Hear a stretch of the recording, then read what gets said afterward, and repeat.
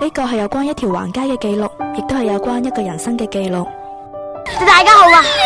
小朋友對任何事都感到好奇，但慢慢長大嘅時候，我哋就唔會再懷疑身邊嘅事物，就好似每日都會行過嘅一條街，有邊個會懷疑街上面嘅一事一物呢？每日都匆匆而過，匆匆而返，就好似我哋嘅人生一樣，轉瞬即逝。不如咁啦，就等我帶你去呢條街，細味人生。呢條街呢，就喺我屋企附近嘅元朗安興街。咁我因為以前間中學就喺後邊啦，咁所以我每日返學都會行過。但係每一次行過其實係趕時間，即係趕返學啦，咁樣趕去食飯啦，跟住趕返屋企啦。其實唔會好特別好留意呢度會唔會一樣嘢啦。以前都會咁樣坐喺度睇波嘅，咁細個嗰陣就覺得啲師兄好型啦，即係踢波跑得好快啊咁樣。咁有時就係啲比賽啦，即係班際比賽，其實好熱鬧嘅，即係有一紮女仔咁樣企喺度嗌，咁樣即係個氣氛好好啊。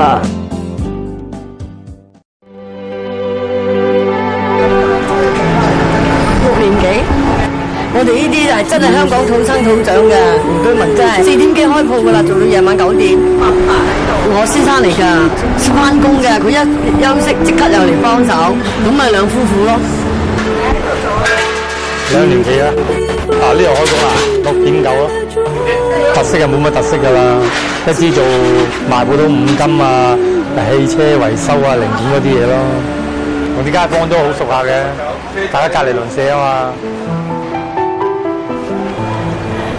咁呢度有一間收廢紙同廢鐵嘅鋪頭，啲婆婆同公公咧就會推住一大車紙皮啊、廢鐵咁樣喺度排隊等磅啊。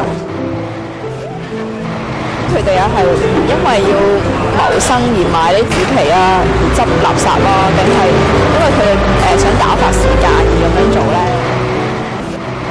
呢條街咧又有幾間醫館啦，同埋足浴，咁我又會諗會喺呢度睇病嘅咧，因為呢度嘅鋪頭係有一種出邊揾唔到鄰里之間嘅人情味。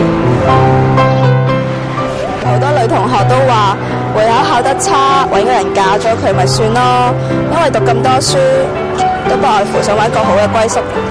不過我覺得其實每個人嘅歸宿最後都係一樣嘅啫。